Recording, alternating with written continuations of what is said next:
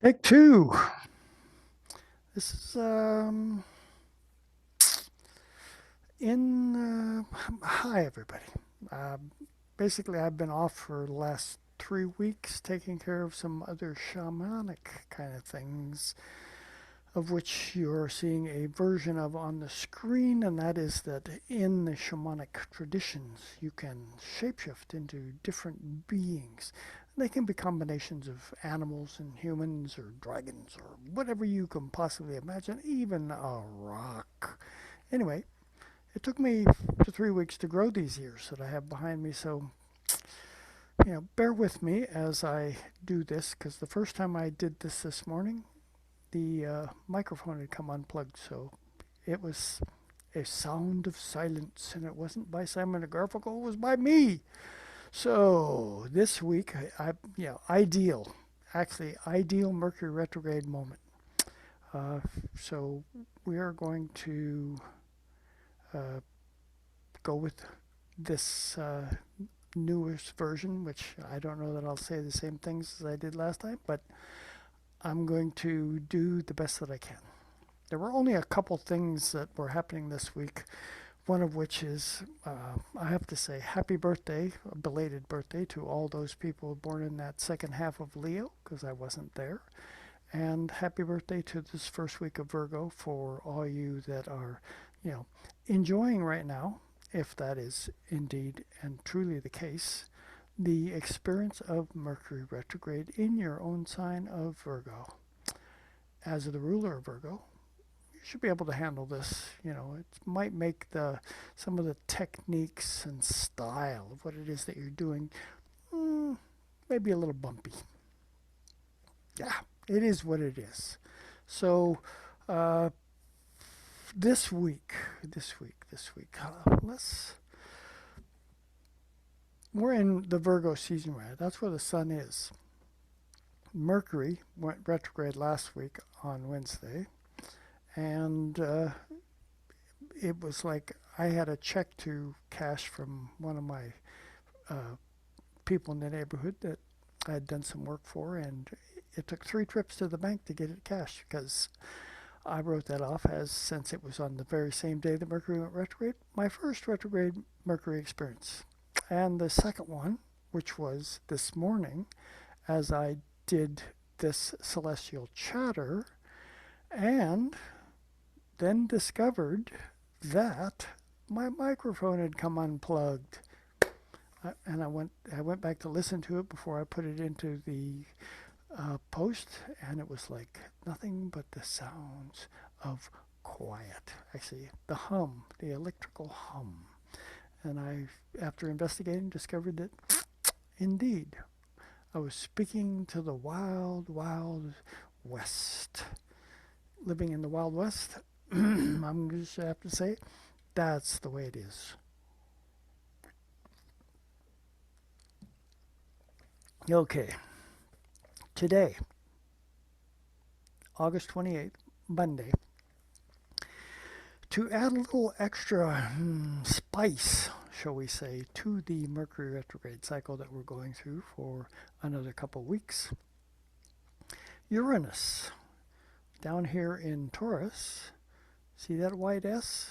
It's stationing. That means it's just about to go retrograde itself, which is going to add a little extra panache into the Mercury retrograde cycle and beyond that because Uranus goes retrograde for the rest of the year. Uranus is often considered a higher octave of the mercurial quotient because Mercury is, basic communications, and Uranus is communications at a higher level, or the ability to invent thoughts and processes and things to facilitate how the Mercury factor is going to work. And since Mercury, ruler of both Virgo and Gemini, is doing its retrograde dance right now, you gotta appreciate the fact that, we have to be thinking out of the box, in a sense, to be able to allow things to happen in the way that they need to happen. Not always in the way that we thought they would happen. I've already had 2 Mercury retrograde things, one being this morning when I did my first recording of the Celestial Chatter, and this is just the way it is. So this one will probably be a little bit shorter because I don't have to go into all the stories and different things that I went into. Anyway, the only 3 things that I would mention this week are Mercury retrograde, Uranus going retrograde, and the full moon, which is going to happen in Pisces on Wednesday. But let's go back to our Uranus. As the higher octave of Mercury is unfolding, and Uranus in retrograde is down there in the sign of Taurus. Taurus is our value structure. It has to do with, personal value, because all the signs down here below the horizon have to do with self. All the signs above the horizon have to do with the collective. So this Taurus down here where Uranus is it's about personal values. You want to go into collective values, you go up here to 8th house, Scorpio. Now, how Uranus functions is Uranus generally, it wants to get our attention, rattle our cage, so to speak, by shaking things up. That's just how Uranus goes. And since Uranus is going to be retrograde for extended the rest of the year, there are factors of what has already been rattled by Uranus as it went over the several degrees that it has gone over this year. Let's see. Uranus, where did Uranus start out the year? It started out the year at about 15 degrees of Taurus, and now it's gone all the way to 23, and it's going to go retrograde back to, I don't even know where. Let's see. Looks like it goes retrograde back to about 19 degrees. Anyway, that factor, the Uranian factor of wanting to get your attention by shaking things up. This is, it's coming more into focus here in this 3rd decanate of Taurus, which 3rd decanate of Taurus has a Capricornian or Saturnian flavor. We'll get to Saturn in a bit when we go to the full moon. But this Saturn, you can kind of see there's a trine here between Mercury retrograde and this Uranus going retrograde. And trines, they work in a way that says, we're in the same element. In this case, Virgo Earth, Taurus Earth. We get along with one another. Well, Uranus and Mercury, they get along with one another anyway because they're octaves of each other. They're just different levels of the thinking, processing, communication, invention kind of experience. So, Mercury's going to, in its retrograde cycle here in Virgo, it's going to make all of us, our Virgo parts anyway, want to, we're still going to be doing the Virgo things, facilitating some level of, organization or facilitating a process of technique that we're refining. And that's just how Mercury rolls. Being in retrograde, it's saying that, make sure that you don't jump to conclusions too soon in thinking that you've got it all figured out. Because during Mercury retrograde cycle, that's not always going to be the case. As a matter of fact, predominantly it's almost never going to be the case. However, it can happen. And Uranus down there in Taurus, in trine to that Mercury retrograde, says, I want to add an extra element into the package, into the soup, into the cauldron, as it were. Let's say I rattle this cage hard enough in what is of value to me. I mean, I can't say for you, but what is of value to me that right now my Virgo and organizational processes are trying to accomplish that need deeper meditation, so to speak. Many things. You know, I actually spent the last 3 weeks doing a lot more tuning into the shamanic version of life, which doesn't necessarily mean leaving out the planetary dance, because the planets are just as much a part of the shamanic astrological experience as they always are. Everything is included in the shamanic process. Now, so we've got this. This is the main signature that I wanted to focus on this week, other than our new moon. You see today, this morning, moon at 8 o'clock, 0 degrees Aquarius here on the West Coast. And it dances through Aquarius and then goes into Pisces. You can see Virgo over here at 6 degrees 59 minutes of Virgo. Well, we'll call that 7 degrees because the sun is moving. We're actually moving in such a fashion that it looks like the sun is moving. And it will be at 7 degrees by the time the moon catches up to its opposition with it on Wednesday this morning at 7 degrees. And you can kind of see that the moon will be within the parameters of a conjunction with Saturn. How do we want to do this full moon lunar dance?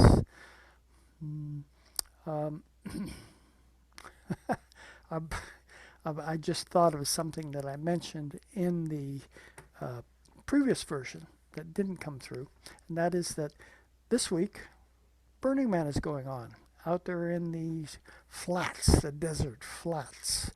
And they are, for all intents and purposes, in a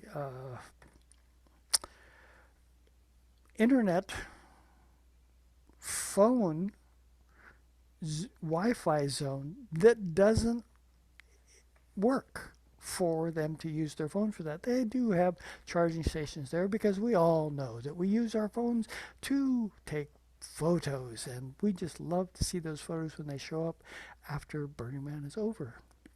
But in true fashion, in mercurial retrograde style, you'll have a lot of people that are not able to send out the word, receive messages from the hinterlands where we all are, because we're not at Burning Man. Anyway, I thought that was just kind of a unique twist to this particular year's Burning Man.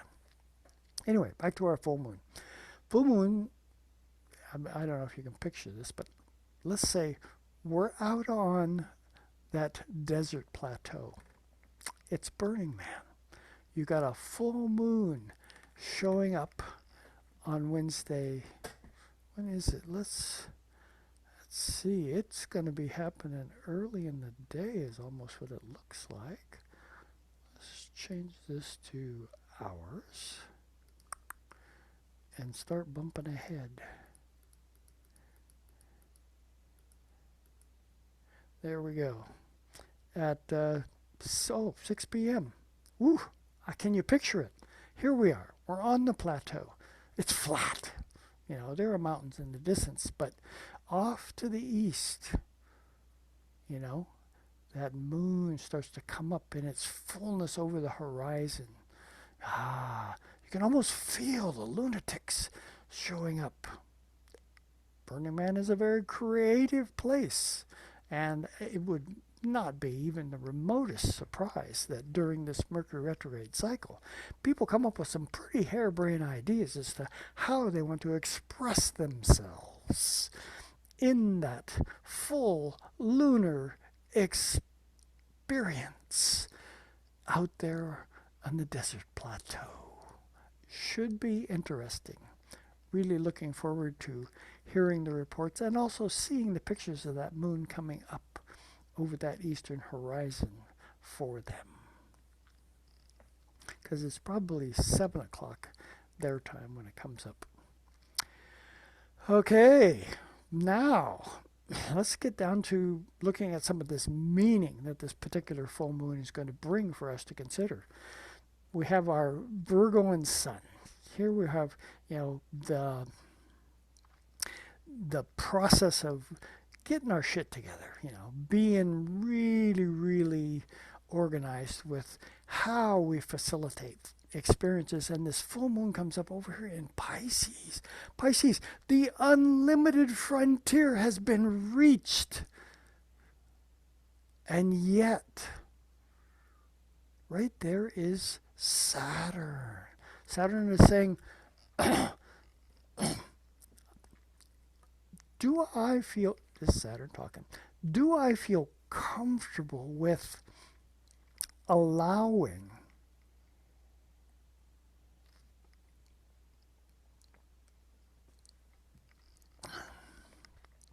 something that is unlimited to put in an appearance within the container, Saturn, that I have formulated?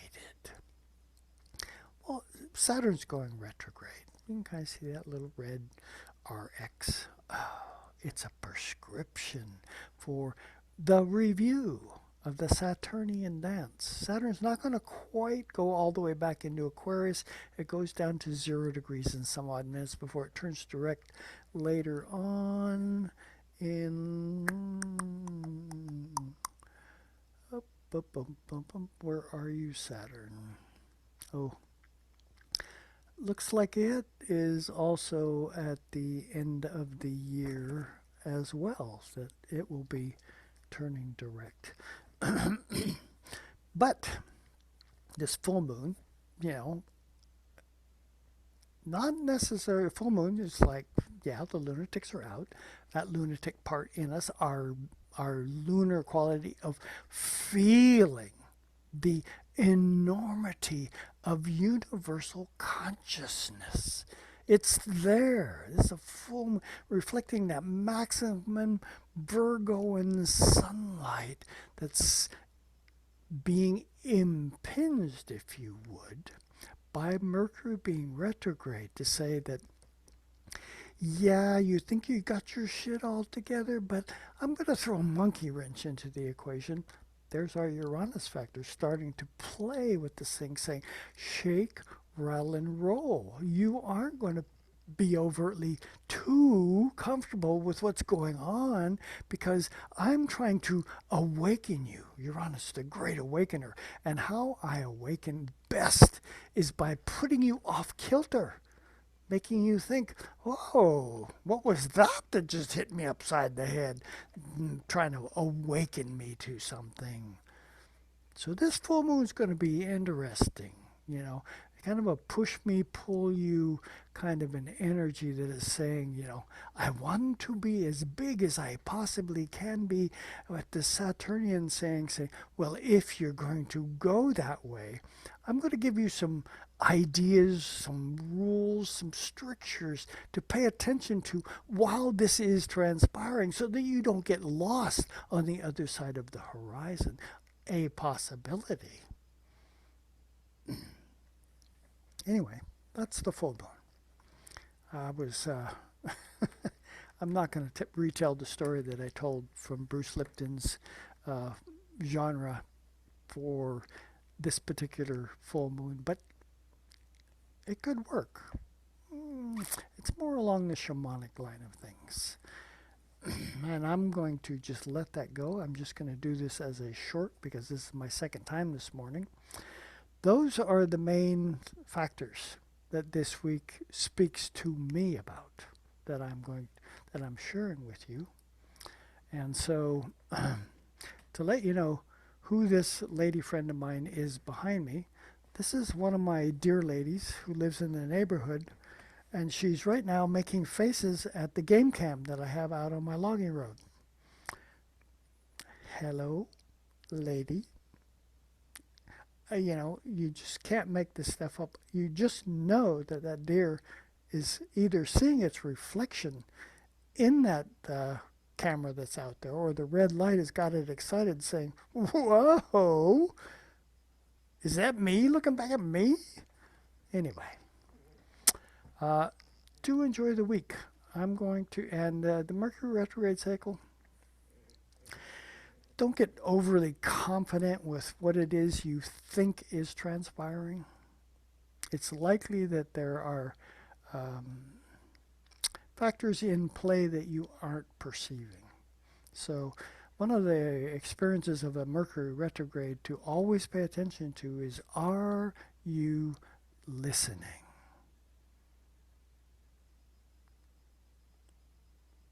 Because that's where most of the issues that transpire during Mercury retrograde.